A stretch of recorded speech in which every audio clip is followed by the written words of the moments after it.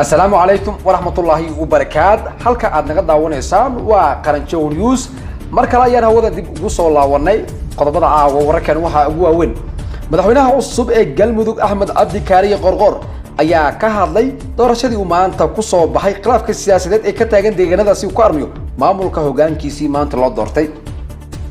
dhinaca kale urur goboleedkaasi igad ayaa laba qoraal oo kala duwan ka soo saartay xaaladda Galmudug waxaana qoraalkaasi labada ku yimid markii ay su'aalo badan ka dhasheen qoraalkii koowaad ee markii hore igad soo saartay.